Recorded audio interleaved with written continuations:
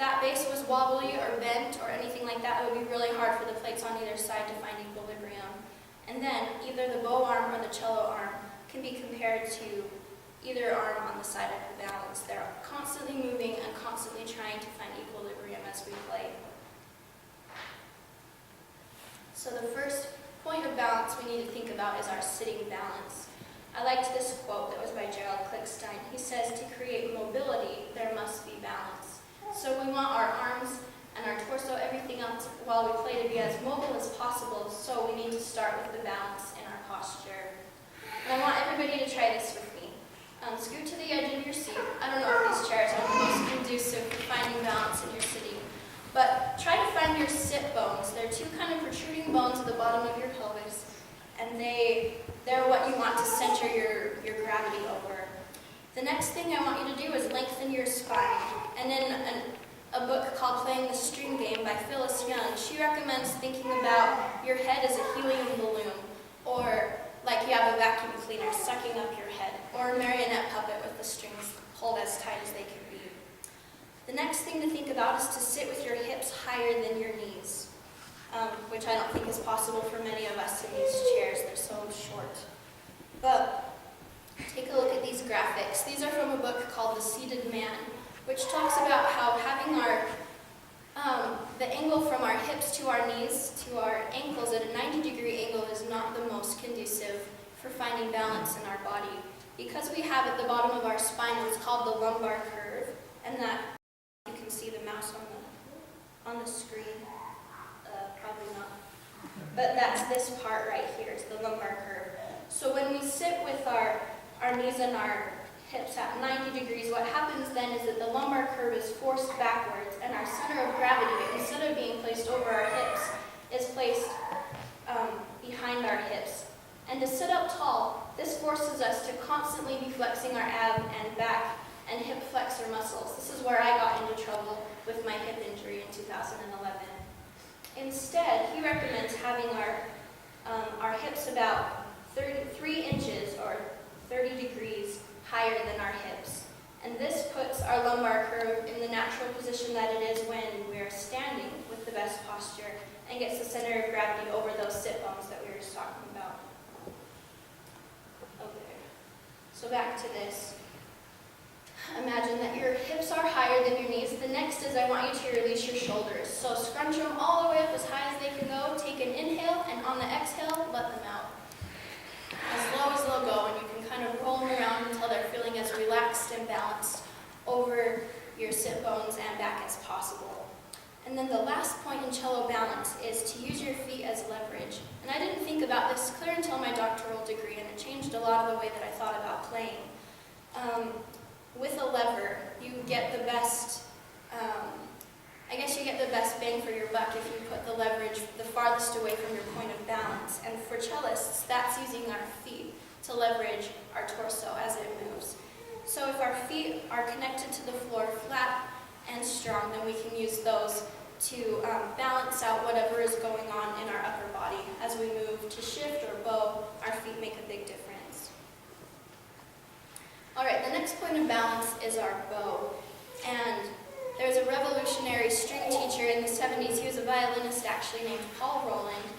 And he did a study with a whole bunch of little kids trying to find the best balance in their playing possible. And he teaches that we have to change our perspective from thinking of our hand holding the bow to instead the string holds the bow and our hand balances it on top of the bow. And this causes our hand to be able to be flexible and release all the muscles that we need to be mobile, and that prevents the death grip that most cellists are very familiar with. Also, our hands, arms, and shoulders are constantly trying to find balance and equilibrium.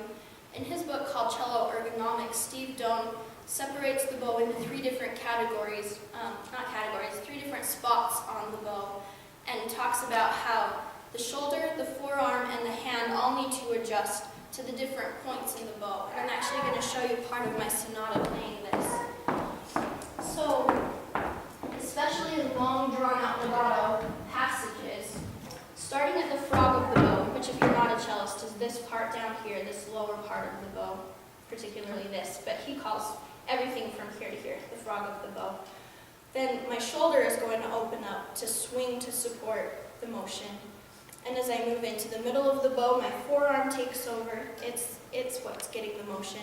And then at the tip of the bow, I'm going to open this shoulder joint and instead my elbow and forearm open to support the motion. So this excerpt is from the first movement of Brahms' Sonata in E minor, and it's at the very end. So when I get there, when I perform it, you can watch out. But right now, watch as I try to support the balance of my arm at those two different points.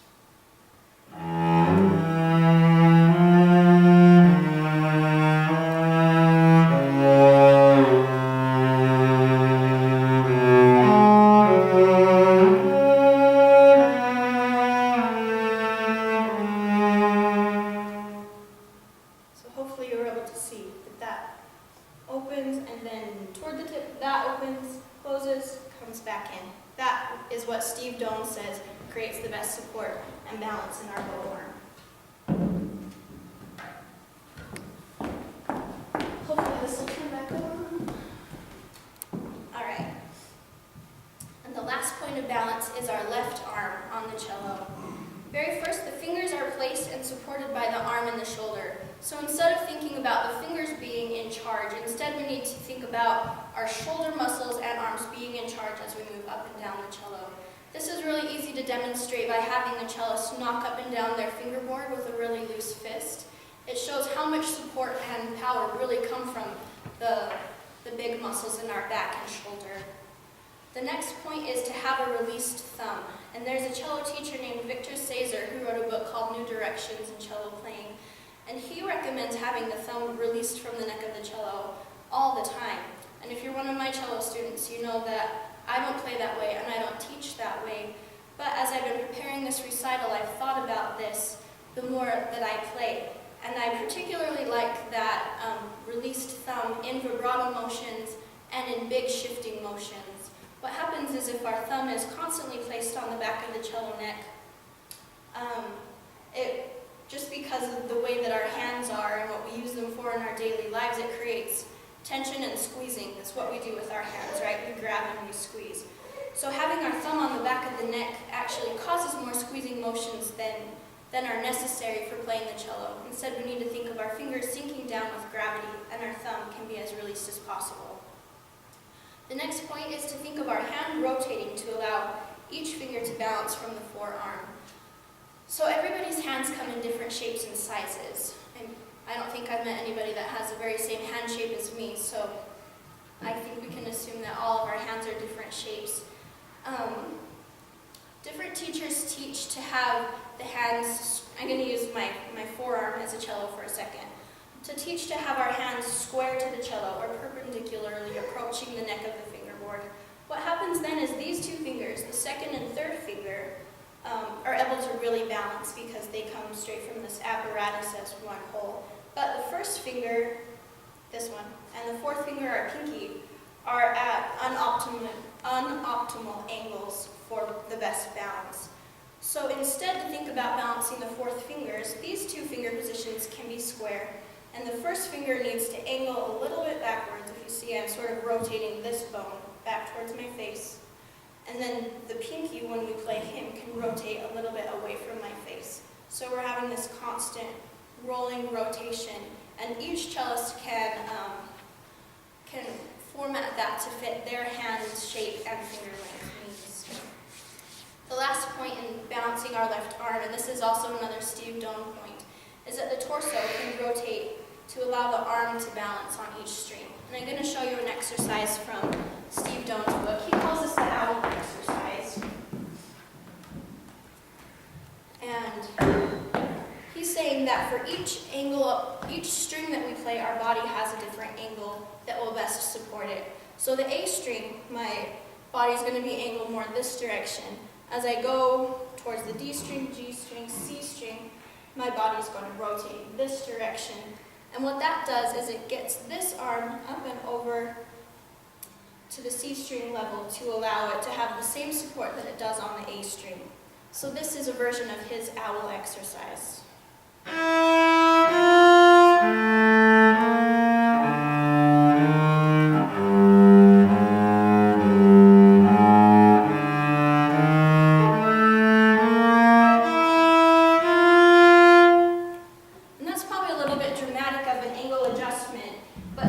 about turning my body that way has really helped, especially in high shifts as I go on bow strings. And you'll notice that a few times as I play the Brahms Sonata. I really turn and angle my body to get my arm up and over where I want it to be. All right, our last point in injury prevention is that we need to release tension, and this is so important. There are 4 points that I want to talk about in releasing tension, and the first one is to use momentum, especially in our shifting and bowing. So if we're constantly trying to control the motions that we use in our cello playing, that's when the muscles get tight and the lactic acid builds up and the tears occur. Instead, if we let swinging momentum motions of our arms support the action, it takes a lot of the strain away from our muscles. So I'm going to show you a shift and also a bowing spot in my Brahms Sonata where I'm really thinking about using momentum. Oh, before I do this, think about a tennis player or a baseball player. Let's go with baseball player. And I'm not a baseball player, so use your imagination. Imagine that I'm like the best baseball player in the world, like a pitcher. Let's go for that. To get the best force and strength in his throw, he would arc back his arm like this, or something like that. He would really prepare the motion, then throw and release, and then follow through after the ball had been thrown. If he were to just kind of, go from whatever point he releases the ball and throw it from there, it would be a really weak pitch. Instead, he gets the strength from the preparation, throw, and follow through. So that same principle can be used in shifting. The preparation, I'm going to raise my elbow up a little bit like this, and then shift is like releasing the ball, and then follow through, I'm going to sink in down like that. This really allows me to release my muscles. It's fast, so really pay attention. This is from the trio of the third movement, second movement of Brahms Sonata.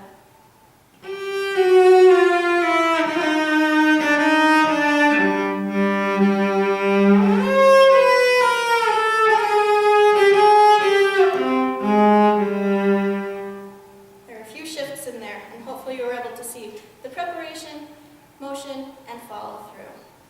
The next use of momentum that I want to talk about is in the bow. And just like with our shifting, if we were to control the motion the entire time, our muscles would get really, really tired. Instead, we can use the momentum of the opening and closing of our shoulder joint to move the bow and conserve energy. A point that I want to show you this is from the fugue of the third movement. This is the second theme in the fugue. And I'm going to take it kind of slow so you can see that the time that my bow spends in the air creating momentum is maybe like half of the time that my bow spends on the string using energy.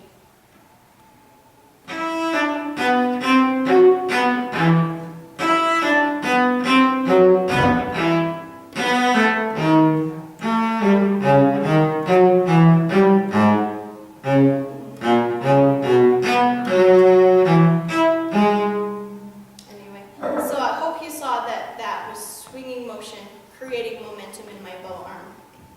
Let's take this with me. Next instance of releasing tension in our playing is to let the joints be in their most neutral positions. And this is particularly true of the back, neck, wrist, and fingers. As a cellist, it's really easy. What I mean by their most neutral positions, and everybody can try this too, is just take either arm, shake it out, and let it fall into your lap. Wherever your hand rests in that position is probably its most neutral position. So you'll see my wrist, from the base of my pinky joint to my wrist to my elbow is all in one straight line. This is an unnatural position. This is more neutral and prevents stress. So in cello playing, it's really easy, especially in thumb position, to get all sorts of weird, unnatural things going on with our fingers, and any cellist who's played in thumb position can attest to this.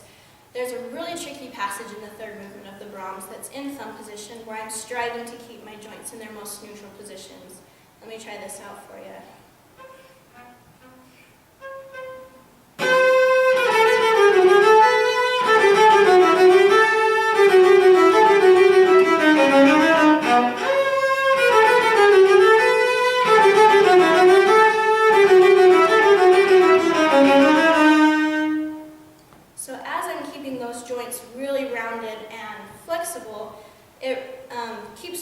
from having to work too hard to press down in a way that's unnatural or to support an unnatural posture. The next point is that we need to breathe. And this is another one that cellists probably don't think a lot about, but holding our breath actually physically creates tension. In fact, try it right now. Hold your breath. You can see that our diaphragm restricts, muscles in our chest restrict, and then if you let out your breath, it really causes that diaphragm and abdominal muscles to release, and we can use that release to influence the release of other muscles in our body. There's a book called You Are Your Instrument by a lady named Julie Lyon Lieberman, and she talks about how important it is for musicians to not try to match the breathing pattern of their breath with the phrasing of the music. So often that will create more problems than it would solve. The phrases are too long, too irregular, musicians can pass out. And that applies to musicians who use their breath to play like brass woodwind singer kind of musicians, also to string players. Instead, she recommends thinking of having your own consistent rhythm of inhaling and exhaling going on underneath whatever tricky rhythm or technique is going on in your playing.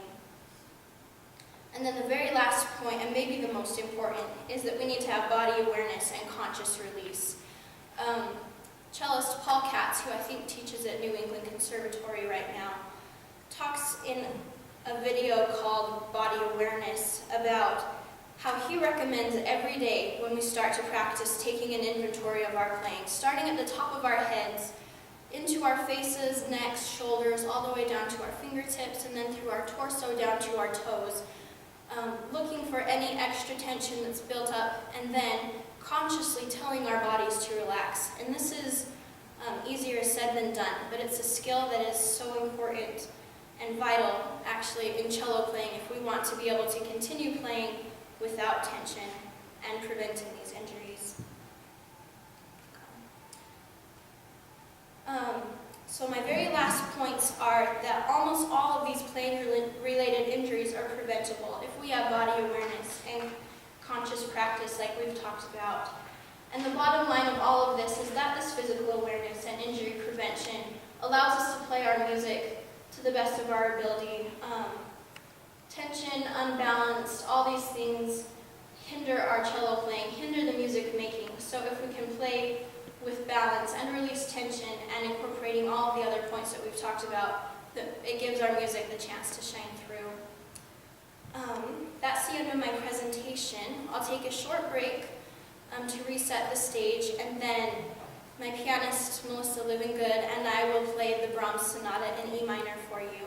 And today I'd like to dedicate this presentation to my mom, who was always my toughest critic, and she paid for my lessons, sat and listened to me constantly. She probably told me to relax and release more than any teacher that I had, so this performance is dedicated to her today.